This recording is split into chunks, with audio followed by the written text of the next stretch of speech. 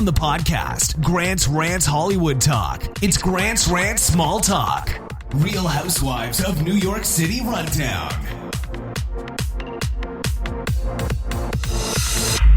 Let the ranting begin. I am joined by Michelle Gold, a friend and a podcast listener, also a Patreon subscriber. Thank you for that. Thank you for talking New York Housewives with me, Michelle. Of course. We've met out in person. We had a drink and last summer, and I feel like we're texting buddies. I'm a little slow at the text, but we still stay in touch. It's all good. Yeah.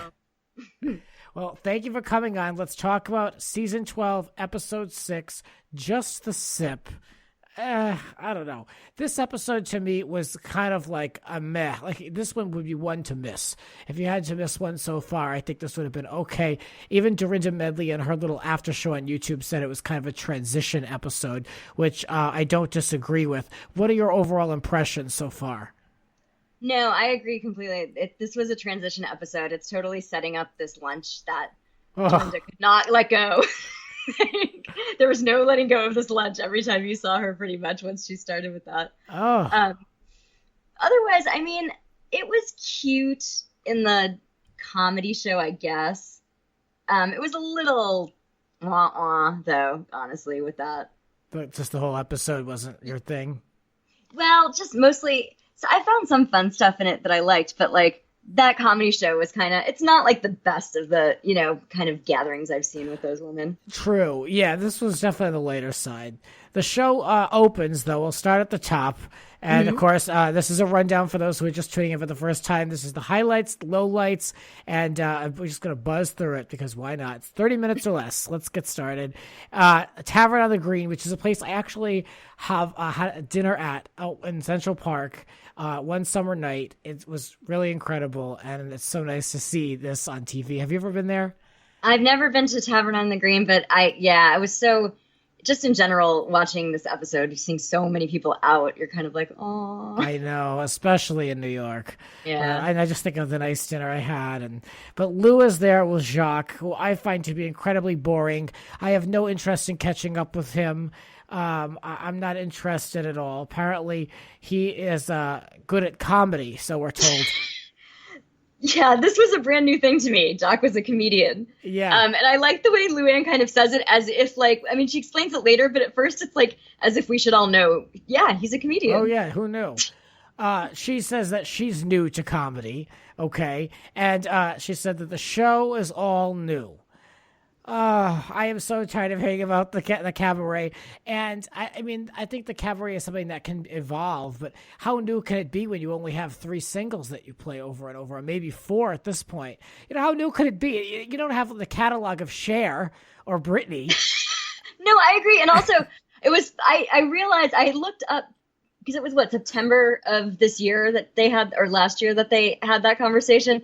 I had to look up, I was like, it feels like so long ago that Feeling Giovanni came out, right? Like, yeah. I was like, he's never heard it, but I guess that was September. I looked it up and it was only June that it came out. So I guess maybe he hadn't heard it, but it just seems strange. I love that she had to play it on the speakerphone at Tavern on the Green. And of course it was edited in. I'm sure you're not getting that quality of audio on your iPhone. Yeah, you're not going to get that quality in public like that, but it was funny that they made it so loud because I wouldn't be surprised if she had a max volume anyway because it's Lou we're talking about. Yeah, she doesn't miss a beat when she gets to talk about that cabaret somehow. Oh, I'm a little sick of it, but there's something I'm more sick of. We'll get to in a moment when it comes to her. But first, we see Dorinda yelling at her old townhouse, yelling at this building. Now, I have to say, I loved Dorinda's leggings and shoes in that outside shot. Like, she was rocking it from the waist down in that outfit. The top so. But I have to say I was a big fan of that. But yeah, I found it interesting that she was taking a remembrance tour of her old life. Can we just quickly talk about Dorinda's wardrobe? Because we saw at the end of Summer Party in the first episode of the season, she had some Mr. Freeze look going on. I don't know what was. Yeah. And at the party that we end this episode with the comedy show, she's dressed kind of like an older woman. I feel like it was an older look for her. It wasn't very youthful. It was very what you would think of like an older woman on the Upper East Side. It was very conservative. So I don't know. Her looks are all over the place to me. All over the place. I mean, her confessional look is like totally different than I feel like anything that you have seen her in, really. Like the one this year. Which one? The one that was I think it was the only one they had on tonight, where she has like that paisley jacket. Is it a paisley jacket? Oh, was it her in front of that blue wall? I'm trying to think. Yeah, I think so. Well, she was yelling at the townhouse. Ramona's pointed out that she keeps talking about Richard nonstop. And basically, what Dorinda said in her after show was, I was cleaning out Bluestone Manor because of the accident that happened. And I've just been walking down that path of what my old life used to be and throwing things out that I should have threw out 8 years ago. Like, so he's top of mind, and I don't think it's really for anyone to judge. Well, also, I mean, I think it's telling that she's clearly also kind of easing off of John, it seems like. So that's another reason maybe that she's kind of remembering Richard more. That's a good point. Tinsley and Dale, we jump over to them. They're eating, I guess, some type of pizza. Which looks delicious. Yeah, I would love to be there. She said that she's done with Bruce, but she wanted to be in Chicago just to maybe see Scott. I loved that when she said that. The two things I loved about this was the fact that she dated this guy who lived in Chicago so that she might run into Scott, and the fact that Dale appears to have come to New York partially just to be the grandmother to these two new dogs that she got from China. Yeah, really. She needs help with them. I mean, good luck if you had an actual child. Seriously. Tinsley would have like 3 nannies, I feel like. So Dale, she said that, basically Tinsley's too complicated for anybody else, for Bruce or it was another one of those Daleisms where she really makes that daughter's worth go up, with a nice little swift comment to the backside. Seriously. Dale is she loves to toss a tiny bit of shade at Tinsley pretty much every time. She does. And then this whole act came on. Oh, I'm just so, before I croak, I just want you to have a child before I go. It's just so important to me. I mean, I think Tinsley knows. I think she knows, it's all this pressure to have kids when the woman isn't even married. You're going to force her into making a mistake. It's true. I mean, it's really true, especially I'm not saying that I hope if Tinsley wants a child, she should have one, but Tinsley still kind of acts like she's 25 a lot of the time. Oh, not that you don't have a kid at 25, but I don't know. It's just sort of, it seems like Tinsley's more about going out and having fun to some level. What did you think of, we had the opportunity, this was a big moment, to meet the CEO of Sonia Morgan Brands. That was amazing. There's so many, I don't understand this clothing line, first off. What is the deal with it? Is it like an Envy situation? Like Melissa Gorga's Envy, where it's not a store, but it's a website that just sells other people's, she has no designer, they said. But then when she's talking about, I don't know, whoever was going to license it, I forget now offhand who she said it was going to be, but Century she 21. Said, Century 21. I don't understand what her clothing line is at all, I guess. Well, I know Melissa has an actual store, but I know Kyle is online, and we're seeing this play out on Beverly Hills. Not that I would know, because I'm not watching, but it's interesting to see the two opposite sides of the coin here with, Kyle, who has basically this team, and Sonia, who has Grove in New Jersey. So... Yeah, right. They haven't turned a profit, and I feel bad. I am rooting for Sonia, and I think almost everybody is who's watching. She's trying to find her way. She's out there doing something. I think she has to. I don't think she can sit and just collect a check. So, she's got to figure this out. But I don't know if this is part of I know it's separate from the lifestyle brands, but I want something to work out. I need something to happen for her. I don't understand. I mean, I guess, I don't know. There's probably a lot of reasons why, but I still don't understand why she didn't just kind of go and get that toaster done.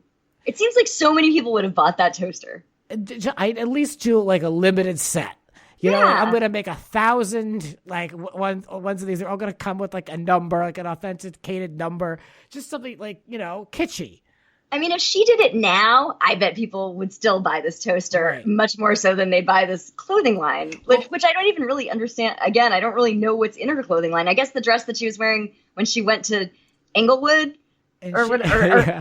What's her Englewood, clothing yeah. line? Did she just like slap her name on the tag? I'm not really sure what it's all about. I can't say I'm that interested to find out at the end of the day either. Right. But Century 21, they would be smart to attach themselves to this because they've got all this free publicity through the show.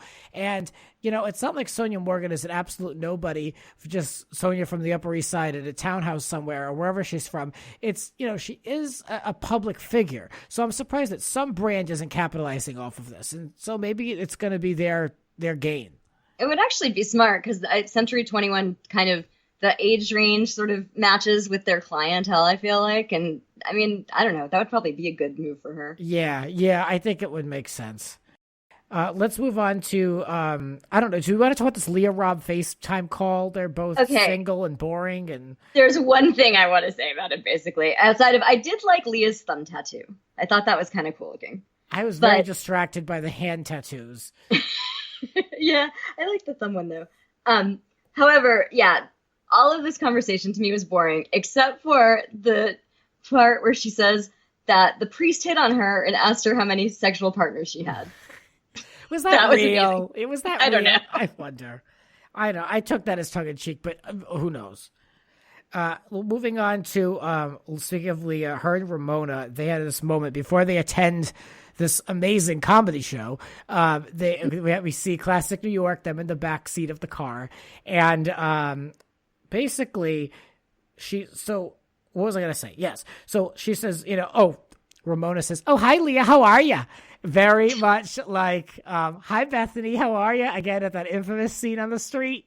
With those big eyes. Did you see how big her eyes were? Like when she first got into the car and was talking to her, it was like her whole face was just like, I don't know, like it was like so wide open when Leah first started talking. Like when Leah told her that she texted her mom again after Ramona had said not to. That's a good catch. I actually did not see the facial expression, but I'm imagining it in my head, knowing Ramona the way that I do through the show.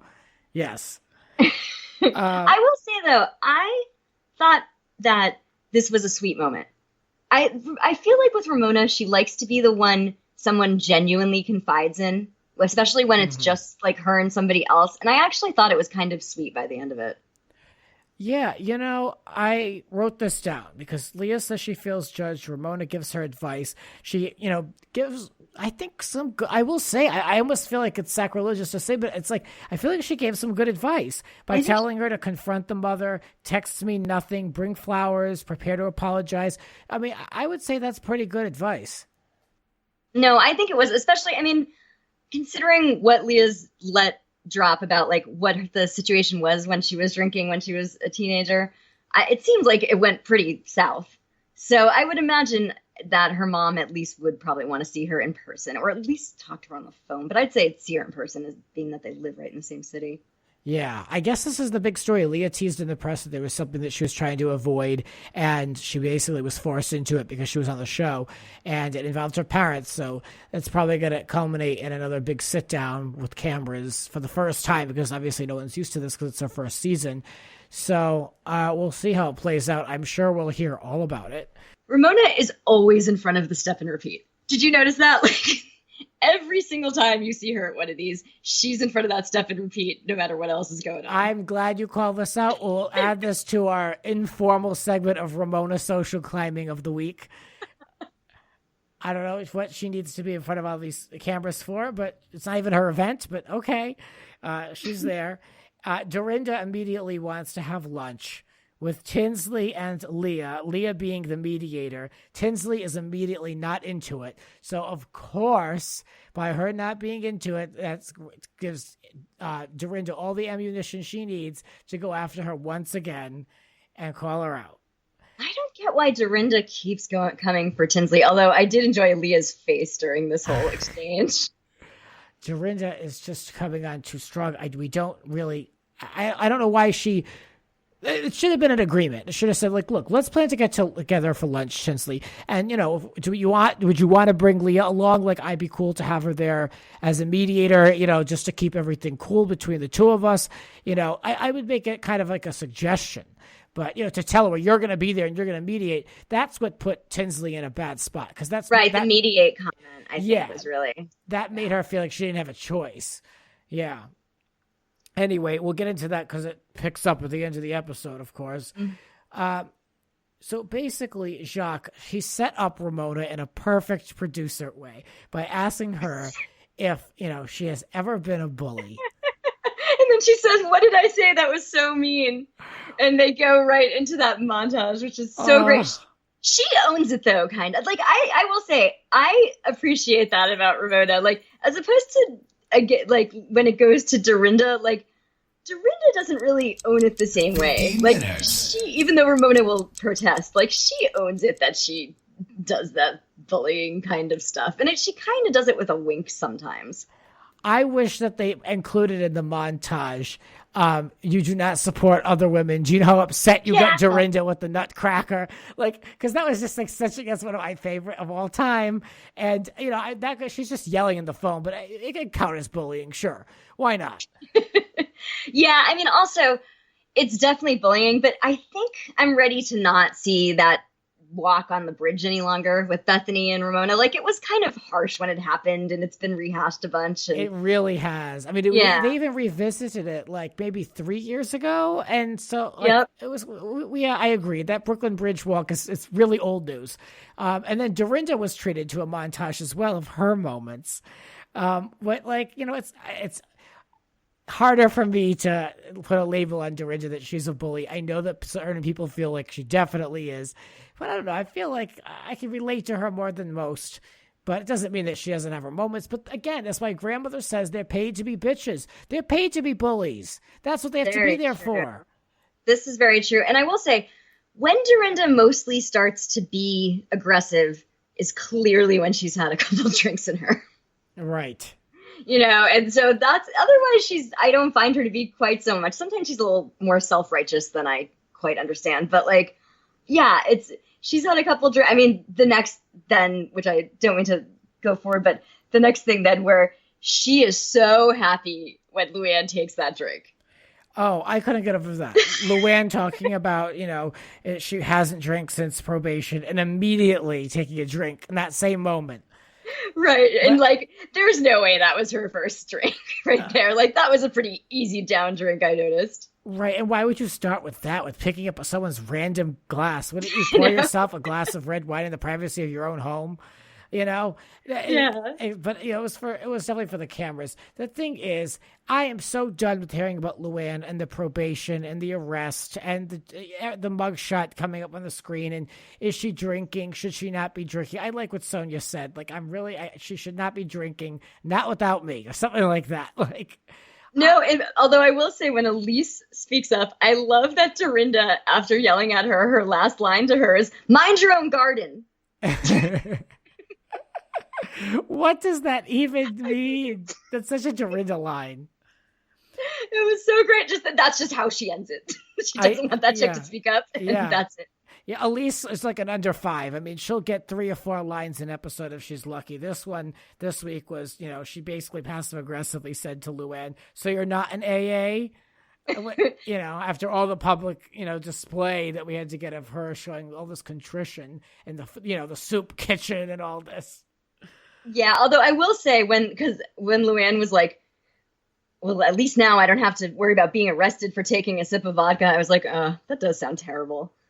I mean, she kind of earned it, I guess. But right. I was like, I feel for you a little bit with that one. Yeah, I don't know. That wouldn't be my first drink of choice after, basically being, held back for so long. But I don't think it was hers either. No. Yeah, right. What else? So they start this podcast, which Ramona has no time for. No time. So she will not be listening to Grant's Rants Hollywood Talk. I'm sorry to tell you. But anyway, they start the show, and so like it's for the anti-bullying event, and then also there's this other thing. I wrote it down. I want to make sure I say it. Fortune Society, which caters to former inmates, and it almost looked like the inmates were like sitting on like bleachers to the side, like they were like segregated to the. Or like relegated to the corner of the event, and they got to like wave to the camera. Like it was like so embarrassing. It is such a strange name as well for this particular charity. That's why I had to like write it down and look it up, because I'm like, is this like, you know, like an independent film like backer? Like, what is this? Is this for women in prison? This just seems like a wealthy Upper East Side New York charity. The that they Fortune formed. Society. Yeah.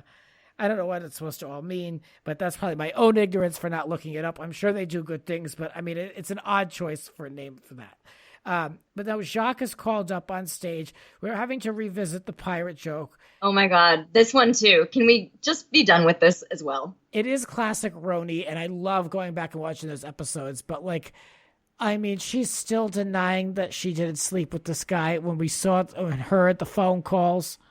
Yeah, and then I love Sonia just like, damn it. Did you hear Sonia when she goes after like standing up and pointing at her, you hear Sonia then go, "She did the pirate." Yep, I did. She won't hold back. Let's talk about what else? Jacques not being a stand-up comedian. It didn't work.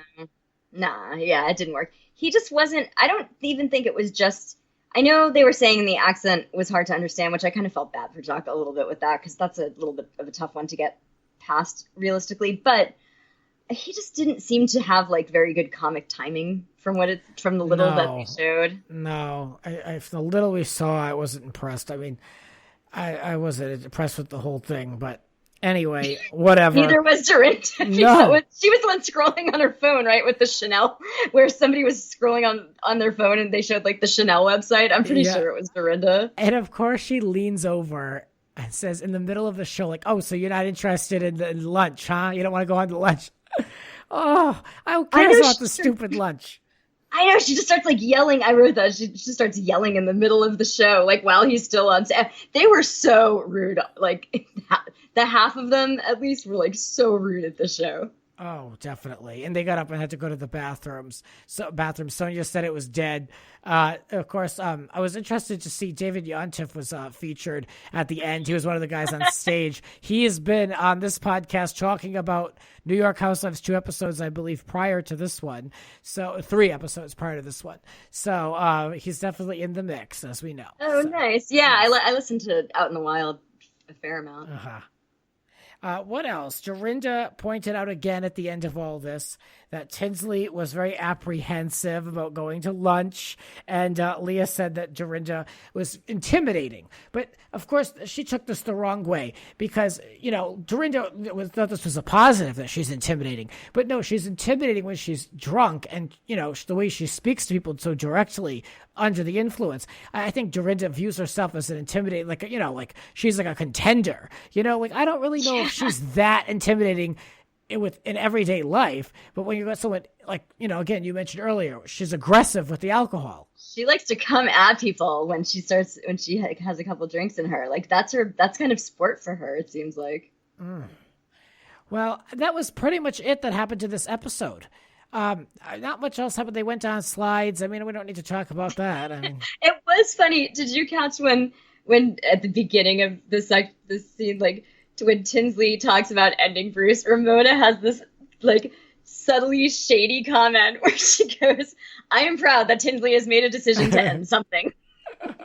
That was a good one. That's true. I think a lot of people feel that way.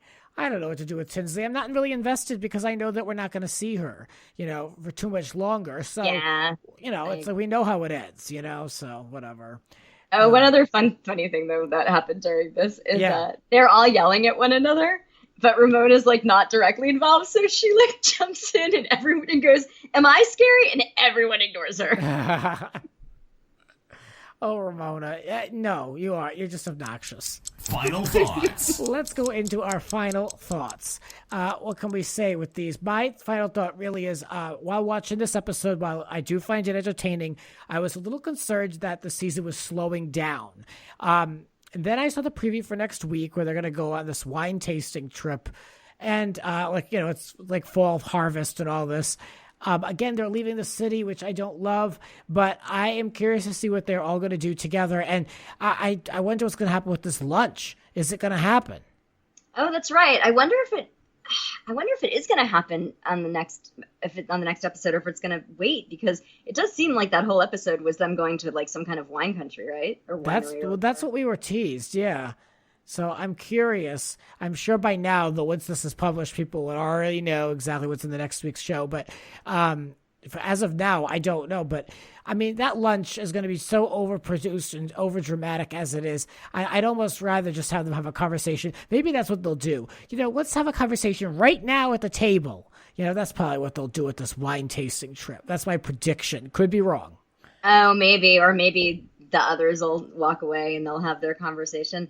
I also don't, I guess because Dorinda called Tinsley called Leah the mediator is why, but I also started to feel like why doesn't Tinsley want Leah there? Honestly, like Dorinda is always coming at her. She might as well have Leah there.